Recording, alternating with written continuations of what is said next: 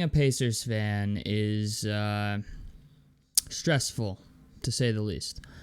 I just got done watching the Pacers play the Philadelphia 76ers, who didn't have Joel Embiid, didn't have Paul George, and Tyrese Maxey had probably one of the worst shooting nights I have ever seen out of him in a 76ers uniform. Tyrese Maxey shot a whole 14 of 32 from the field. He scored 45 points and shot 5 of 17 from three-point land, but he also shot 15 free throws. Okay? Listen, man, 43% from the field is not good. When you score 45 points on 32 shots, I mean, I understand he was really, like, the only guy out there really doing anything of significance, or not even doing anything significant, but, like, the only guy that you really had to, like, really worry about.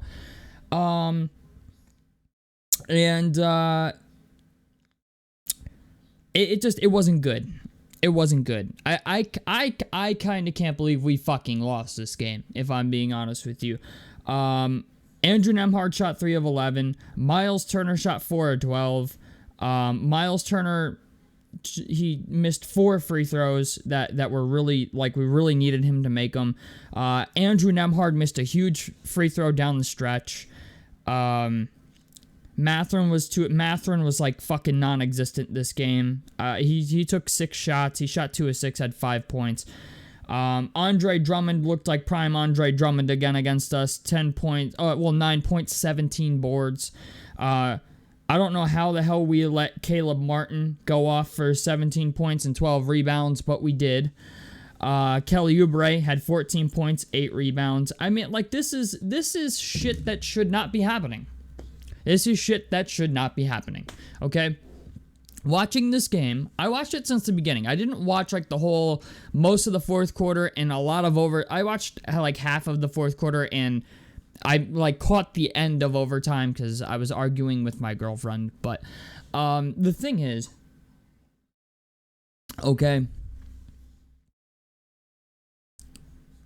I'm glad that Tyrese Haliburton got out of his slump. I called it in the last video. I was like, listen, I don't think Haliburton has a game that bad again. And actually, Haliburton had some pretty crazy fucking highlights in this game.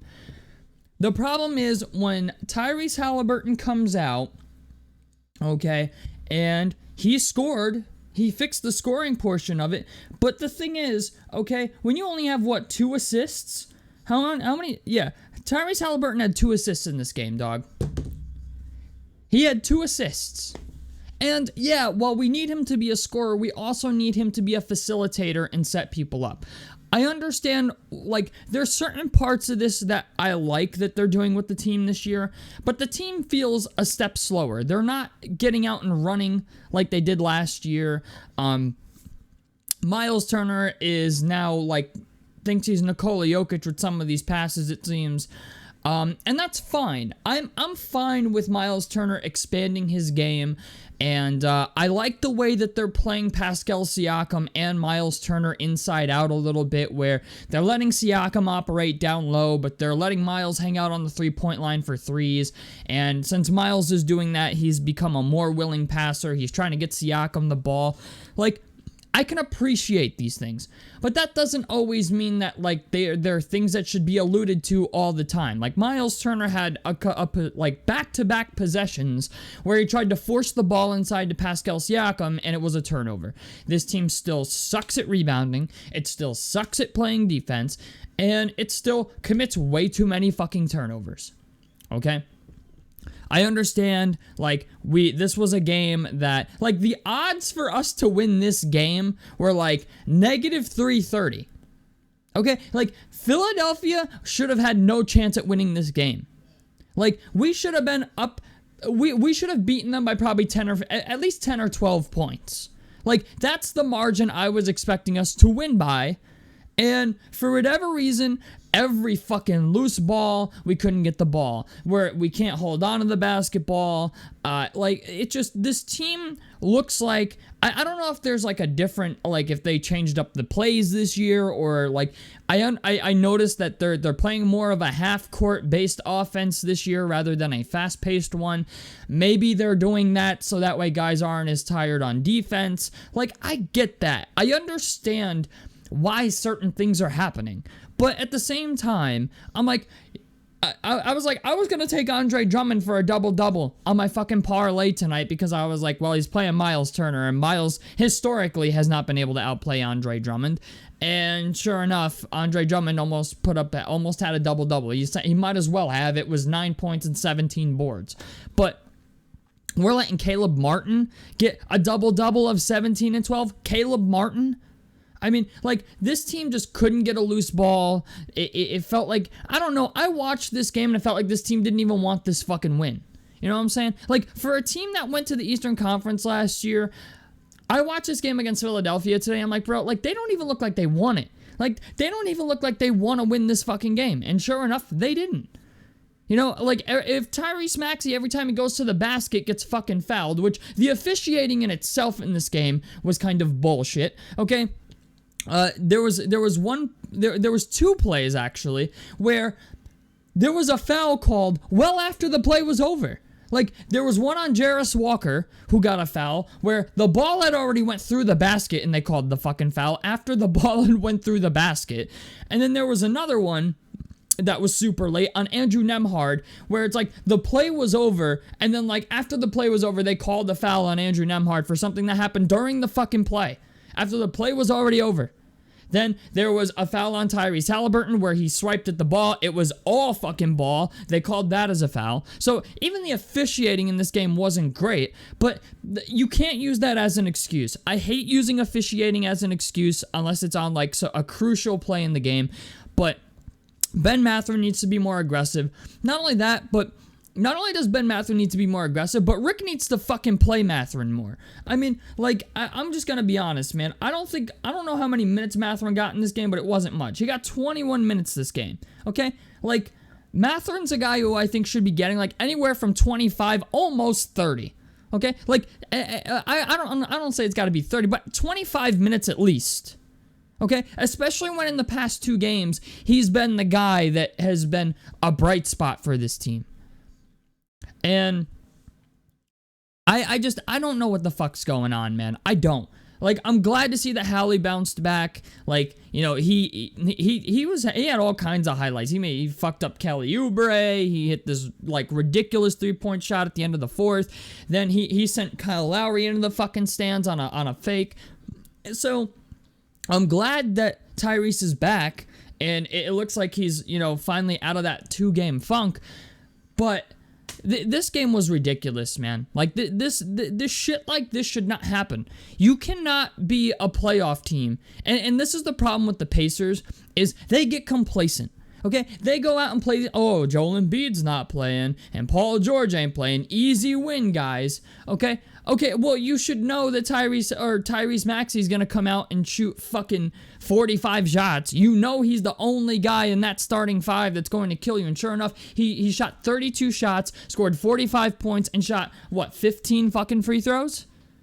I mean, in the first half, he shot 3 of 14. I'm like, Tyrese Maxey shooting 3 of 14 at halftime. I'm like, bro, we should be ahead by like 10 points by now. I don't get it. I don't get it. I don't know what the fuck is going on. But like, this team, for whatever reason, never lives up to the expectation. We're seeing the same old Pacers. To start the season, we're seeing the same old Pacers. Now, I understand it's 2 games in, okay? But 2 games becomes now 3 games. Then 3 games becomes 5 games. And 5 games becomes 7 games. And 7 games becomes 10 games. Once you get to that 10-game mark and you can't figure it the fuck out, then you start running into problems. Okay? Then you start running into, well, what is the issue? Because we got to play Boston on Wednesday. I mean, I don't know what our next 2 games are, but this was supposed to be an easy win. this was a game that we had circled on the schedule as an easy win. And we choked it in overtime. This game shouldn't have even went to overtime. This was a game that should have been, the idea that this game went to overtime to me was mind-blowing. So, tomorrow, we play Orlando. Orlando's a way better team than that 76ers team is. And then, on the 30th, I think that's Wednesday, right? If I'm correct, right? Wednesday's the 30th. We play Boston. So, you're looking at a 1-4 start. That's not good. That's not championship contending basketball. I'm gonna be honest. I've given Rick Carlisle a pass. A lot. I've given him more of a pass than I've given Tyrese Haliburton. I've given him more of a pass than I've given anybody else on this team. Even the front office, I think. I don't like to blame the coach. I don't. I hate blaming the coach. I feel like it's a sucker's way out of fucking doing things. But the thing is, okay, after what I saw last year and what I'm seeing now this year, I feel like the game plan was we want to run a fast break offense. That was our whole reason for getting Pascal Siakam. And we did that. Then we saw how good Pascal Siakam was in the post, and now we're changing things again.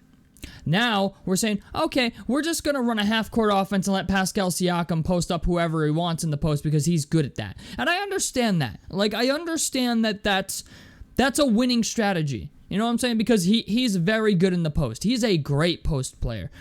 I think one of the best post players in the NBA. But, okay, why would you change something that really isn't super broken, that got you to the Eastern Conference Finals, and now you want to change that? The whole reason we got to the Eastern Conference Finals was not playing this way. Not playing half-court basketball. Because if we had done that in the playoffs last year, we would have never made it to the Eastern Conference Finals. So I'm a little mind-boggled at the idea that it seems like now we're slowing it down. You know what I'm saying? We're only going on the fast break when we get a fucking rebound. Or we're not really trying to push the tempo at all. We're just, they did the same shit against the 76ers that they've done against every other bad team last year. And that was let that team dictate the pace. That's what they did against all the bad teams last year. All those 13 or those 12 or 13 games we lost to teams of below 500, it was because we let them play their brand of basketball and we didn't make them play ours. And we did it again today with the Philadelphia 76ers. Like I said, I don't like to blame coaching, but at some point in time, I have to look at the coach and go, what the fuck are you doing? When the defense is this bad, okay, against I'm sorry, to me, a team that only has Tyrese Maxey on offense shouldn't even be scoring 100 points. There's no excuse for losing to that 76ers team. I mean, everybody on that 76ers team is borderline on retirement. Kyle Lowry, Eric Gordon's a guy who still struggles to find himself in the league. Andre Drummond is unplayable in the playoffs. And we can't beat that team. I don't know, man. I don't know. I'm glad. The only saving grace out of this entire game was the idea that Tyrese Haliburton got out of his funk. And hopefully he comes out against Orlando. Because I'm going to be honest, that's a thing as well. Tyrese Haliburton is looking to score. And while I understand that, the whole reason this team got to where they did last year was because we perform better when Tyrese Haliburton is a 20-10 guy instead of a 30 or 40-6 guy. It just, statistically, we win more games. Statistically, we win more games when Tyrese Haliburton is dishing the rock and scoring about 18 to 20 points a game. Okay, maybe that doesn't get him in the fucking All-Star game. Boo-hoo. Okay? But it's just the idea, like, if this team is going to be successful, Tyrese Haliburton needs to do some scoring, and he needs to facilitate the offense. And I'll give him credit. This year, today, against the 76ers, I said it in my last video. You don't only have to shoot threes, dude. You can go to the basket. His first 10 points were all inside the arc. They were all layups at the basket. Then once he got into a rhythm, then the three-point shot came back. But this team is not... I hate to say this, but this team, from last year to this year, looks like it's completely lost its identity. Like, the thing that made it successful last year is things that the team is going away from. And I don't like to call for coaches' jobs. I don't. Because you know what? I feel like the coach can only do so much. The coach can only do so much. He can only put the system in place. He can't control how the players execute it. You know what I'm saying? Like, you can be the greatest coach in the world. If your players don't understand what the fuck is going on, or they just simply can't execute it, that's not a you problem. If they can't execute if they can't pick up what you're putting down, that's not on the coach. But when you're 26th in defense and second in offense, the same as last year, in the preseason as well, and it seems like a trend that's going to continue into this season, at some point I got to look at the coaching. I mean, I'm going to go off topic a little bit here, but I've been watching Phoenix. I watched Phoenix game last night, I think, and since they got Tyus Jones and Mike Budenholzer as their head coach, they're playing team ball. They're playing team basketball. It's no longer give KD, Bradley Beal, or Devin Booker the ball and get the fuck out of the way. They're playing team basketball now. They actually look like a cohesive unit. The Pacers completely lost whatever it was that made them special last year. At least so far entering this season. And like I said, I hate, because this is an overreaction, and I hate overreacting, but if you let this shit slide, okay, we're going to start the season 1-4. And at that point, like, yeah, okay, you still got, 70-something games left to play. It's not the end of the world, but you have to understand, like, once you hit like the 10 or 15 game mark, you really got to start to get concerned. And we're only 3 games in, and I'm concerned. I'm concerned because nobody looks to be on the same page. Nobody here looks like they're on the same page. I mean, they're playing like Hopscotch Basketball. Like, they're playing hot potato on offense. I'm glad the ball's moving around more. I'm great. I get that. I'm glad that the ball is moving around more. More guys are touching the ball on offense and shit. But you know what? We led the league in assists per game last season. Okay? We were the team that led the league on assisted baskets. So that was never a problem in the first place. I don't know, man. You know what? I hope tomorrow against Orlando is better. And I find it hard to believe because Orlando's going to have Franz Wagner, Paolo Banchero. They're going to have their squad. And us, well, we're playing some of the sloppiest basketball I've seen in quite a while. So, I don't know, man. We'll have to wait and see. But matchup-wise, just going down the stats, like offensive rebounds, Philadelphia killed us in offensive rebounds. They had 20 offensive rebounds. We had 7. They had 54 rebounds in total. We had 37.